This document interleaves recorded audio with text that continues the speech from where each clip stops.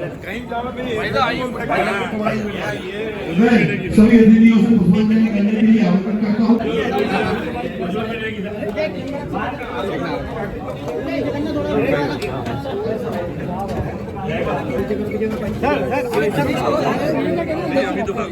भारत माता की जय। पंडित दीनदयाल उपाध्याय।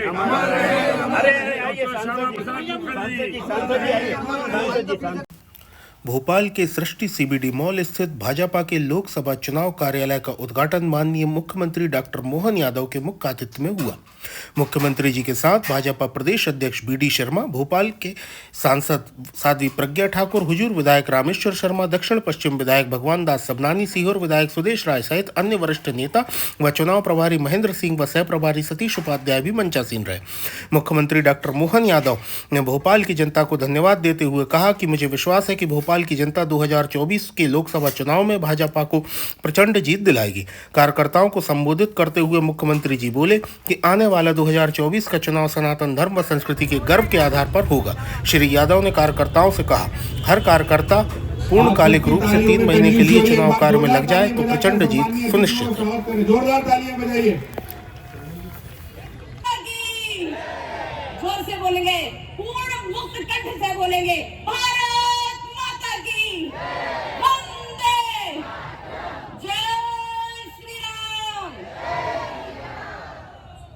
बहुत सह प्रभारी भी आए हैं।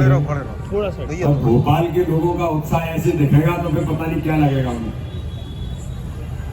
बोलिए भारत माता की, भारत माता की, भारतीय जनता पार्टी जिंदाबाद, नरेंद्र मोदी जिंदाबाद। आज इसके अंदर पूरे प्रदेश के अंदर भारतीय जनता पार्टी के संगठन ने अपने लोकसभा के चुनाव कार्यालय खोल करके चुनाव के अभियान की शुरुआत कर दी है। मैं इसलिए आपको बहुत बधाई और शुभकामनाएं देता हूं। और फिर 2019 के अंदर भारतीय जनता पार्टी के कार्यकर्ताओं की अथक मेहनत और परिश्रम ने जो इतिहास बनाया था, और भोपाल के अंदर भी आप सब कार्यकर्ताओं की मेहनत थी। एक ऐसे व्यक्ति को धूल चटाने का काम भोपाल ने किया था जिसने हिंदुत्व पर और हमारे मान बिंदुओं पर प्रहार किए थे, और साध्वी जी को प्रचंड बहुमत के साथ भोपाल लोकसभा से विजयश्री हासिल हुई थी। जो रामलला की प्राण प्रतिष्ठा 22 जनवरी को हुई है, वो रामलला हर व्यक्ति के मन और हृदय के अंदर विराजमान हुए हैं। तो आगामी समय में राम राज्य की स्थापना का ये चुनाव है। तो एक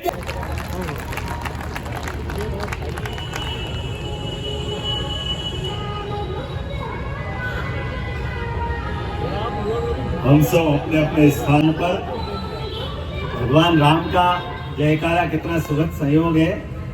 इस वर्ष का हमारा चुनाव और भगवान राम का जय जयकार कम होने वाला नहीं। बोला जय जय श्री राम, जय जय श्री राम।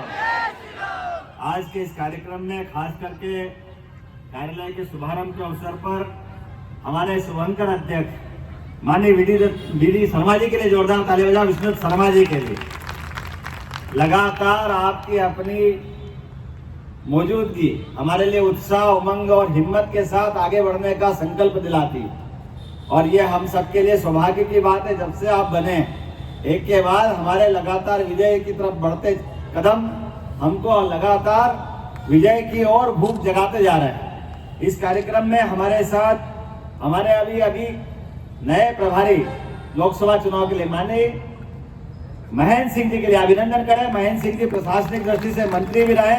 जोरदार तालियां बजाएं महेंद्र सिंह जी के लिए। आपका अपना लंबा अनुभव है राजनीतिक क्षेत्र का, जहां आप जाते हैं विजय हासिल करते हैं। और साथ में सह प्रभारी माननीय सतीश उपाध्याय जी के लिए भी जोरदार तालियां बजाएं। आप मूलतः दिल्ली के रहने वाले हैं, और आपके भी ऐसे कई सारे अलग अलग अभियानों का बहुत अच्छा अनुभव है।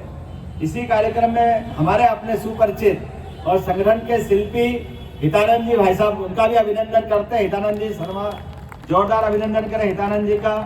अभी साध्वी प्रज्ञा जी ने अपना बीच में अपना बात रखा। प्रज्ञा सिंह जी के लिए अभिनंदन करें। हमारे अपने भगवा बता रहा कि प्रज्ञा जी यहाँ बैठी है। हम सब इस जिले के अध्यक्ष माननीय सुमित पचौरी जी, क्या नौजवान अध्यक्ष है, हमारा लगता है कि हाँ हमारा अध्यक्ष जोरदार। हमारे अपने 3 अध्यक्ष यहाँ बैठे हैं। एक अध्यक्ष हमारे रवि मालवी जी, क्योंकि लोकसभा में रवि जी का भी अपना क्षेत्र सीहोर आता है, जोरदार अभिनंदन रवि जी का। और हमारे मंडलोई जी केदार सिंह जी ग्रामीण जिले के अध्यक्ष। इस अवसर पर महापौर मालती राय जी, जोरदार तालियां मालती भाभी के लिए। यहाँ के विधायक और महामंत्री हमारे, और आपके भरोसे ही सब चलता है। मैं तो भगवान की नगरी से आता हूँ और सारा संसार आपके भरोसे। भगवान सवरानी जी, जोरदार तालियां बजाए भगवान भाई के लिए। क्या क्या नाम, जोरदार रामेश्वर जी, जय महाकाल रामेश्वर जी। भगवान राम से रामेश्वर का संबंध है। शिवाय नमः विष्णुवे नमः। इसी अवसर पर हमारे बीच में माननीय आलोक शर्मा जी, धाकड़ नेता आलोक शर्मा जी। आलोक कहाँ, आलोक जी, जोरदार तालियां बजाए आलोक भाई के लिए। एक सुदेश राय जी हमारे विधायक जी, पूरा सुदेश जी आ गया ना, जोरदार। अध्यक्ष जी नगर निगम के, आपके लिए भी अभिनंदन करें। पर हमको मालूम है कि लंका जीतने के पहले एक बड़ा पराक्रम हुआ था, और वो पराक्रम क्या हुआ हमको मालूम है। वैसे तो 2 हुए हैं, लेकिन एक थोड़ा सा दाएं बाएं हुआ था। महाराज जब गए बजरंगबली तो लंका जला के आए थे, एहसास कराए थर्राने के लिए। तो हमारे बीच में जब अभियान चल रहा है, और एक दूसरा पराक्रम उसके बाद हुआ जब किनारे हमारी भगवान राम की सेना आ गई, रामेश्वरम की पूजा हो गई, और लंका में दूत भेजा गया, और दूत ने जो अंगद का पांव जमाया। तो यह में मुस्लिम भी सम्मिलित हुए अपने अपने घर से बैठ करके, कि पूरा देश एकजुटता के साथ इकट्ठे खड़े हुए। ये जो महत्व की बात है, ये जो हमारी भावना है, इस भावना का प्रकटीकरण का इससे बड़ा उत्सव क्या हो सकता है। एक बार नहीं, ये 2 बार हुआ था। जब भूमि पूजन हुआ तब भी पूरे देश ने स्वागत किया था। जब भगवान राम ने अपने गर्भगृह में अपने नए लौकिक रूप से प्रवेश किया, और जब दर्शन दिए, हम सब अपलक निहारते रहिए। पूरा देश का वो वातावरण हम समझ सकते हैं। और ये मुझे इस बात की और प्रसन्नता है कि कौन सा क्षेत्र छूटा। अरे खेल के सारे खिलाड़ी, क्रिकेट के तेंदुलकर भी वहां थे, और ओलंपिक के विजेता भी वहां थे। हमने सबने अपनी आंखों के माध्यम से देखा। भारत के सबसे बड़े उद्योगपति, दुनिया में जिसका नाम था, वो वहां थे। और हमारे आध्यात्मिक गुरु जो अलग अलग क्षेत्र से आए थे, सबने मिलकर के भगवान राम के वो अपलक प्राण प्रतिष्ठा समारोह में अपनी मौजूदगी दिखा करके भगवान राम के प्रति श्रद्धा दी है। तो ये जो कार्यालय का हमारा आज जो शुभारंभ हुआ है, हमारी वो उदात्त भावना के आधार पर 2019 की जो प्रचंड जीत हुई, उसके बाद अब जो अब नया सवेरा निकला है, अब एक्चुअल में हम वोट मांगने जा रहे हैं। क्योंकि एक बार हमने दुश्मनों से बदला लेने के आधार पर वोट मांगे थे, एक बार इनकी नकारात्मकता के आधार पर मांगे थे। अब हम तीसरी बार जा रहे हैं। हाँ, हमें अपने अतीत पे गर्व है। हाँ, हमें अपने सनातन धर्म पे गर्व है। हाँ, हमारे अपने देश की अच्छी पुराने ज्ञान और विज्ञान पे गर्व है। और इस आधार पर केवल भारत नहीं, भारत अपनी क्षमता योग्यता के बलबूते पर दुनिया में अच्छाई बांटने के लिए निकलने के लिए तैयार है। तो ये अमृत काल चल रहा है आजादी का, और अमृत काल में फिर एक बार मोदी जी की सरकार बनाने के लिए मेरी बात से सहमत हो तो अभिनंदन करें मोदी जी का। और आज का कार्यालय का उद्घाटन हमको संकल्प दिलाता है कि आने वाले चुनाव तक हम कोई चुप नहीं बैठेंगे। एक एक कार्यकर्ता खड़ा होगा, अपने घर पे बता देगा कि अब हम 3 महीने के लिए पूर्णकालिक निकल रहे हैं। हमारे काम का एकमात्र उद्देश्य है पुनः भोपाल से पिछली बार की लीड से बढ़ा करके भाजपा का कमल का फूल खिलाना है। ये संकल्प हमको करना है। और इस संकल्प से सहमत हो जाए तो अपने स्थान पे खड़े हो जाओ और दोनों हाथ की मुट्ठी बांध करके संकल्प करें कि जब तक हम प्रचंड बहुमत से नहीं जिता देंगे तब तक चुपचाप नहीं बैठेंगे।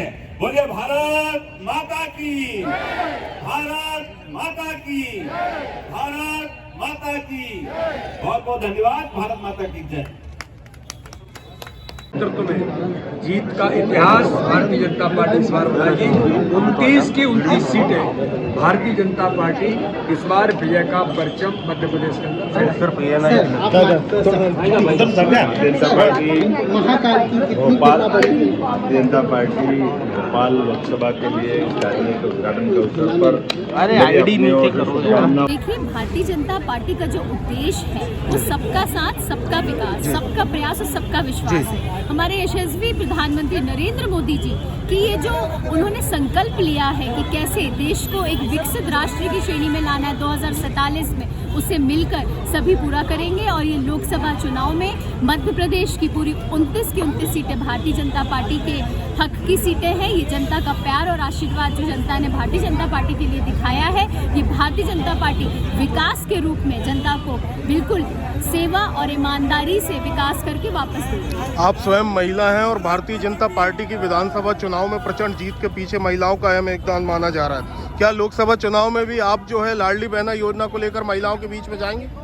देखिए, महिला सशक्तिकरण हमारे प्रधानमंत्री जी का सबसे बड़ा एक टारगेट है। आप देखें, हमारी मोदी जी ने 4 वर्गों का वर्णन किया है, एक महिला, एक युवा, एक गरीब और किसान, जहाँ के ये चारों का कल्याण हो, सशक्तिकरण हो, स्वावलंबी हो और इन सबको एक अच्छी श्रेणी में लाके रखना है। ये हमारे मोदी जी का विजन है और इस विजन को पूरा करने में हम सब साथ हैं। धन्यवाद।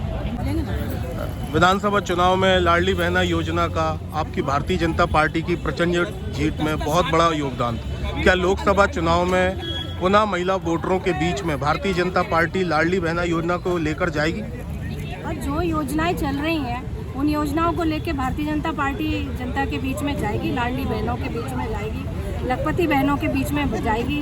जैसे लाडली लक्ष्मी योजना चल रही है, इसी तरह लाडली बहना भी चल रही है। जो भी योजनाएं चल रही हैं सारी योजनाओं को लेकर जाएगी, कोई योजना बंद नहीं होगी। सारी योजनाएं चल रही हैं और सारी योजनाएं चलती रहेंगी। लाडली बहना से लखपति बहना का सफर कितने दिन में लगभग तय होगा? अब देखिए, ये तो बहुत जल्दी, जैसे केंद्र सरकार में हमारी सरकार दोबारा से केंद्र में बनती है बहुत अच्छे बहुमत के साथ में, तो जो भी योजनाएं चल रही हैं सारी योजनाएं लागू रहेंगी और सारी योजनाएं चलती रहेंगी। इस बार भोपाल में भारतीय जनता पार्टी कितने मतों से जीतने जा रही है? भारी मतों से और भोपाल के अंदर, मध्य प्रदेश में और भोपाल में पूरी की पूरी सीटें हमारी आ रही हैं। जो एक सीट कांग्रेस के पास थी वो भी हमारे पास आ जाएगी। चलिए, धन्यवाद।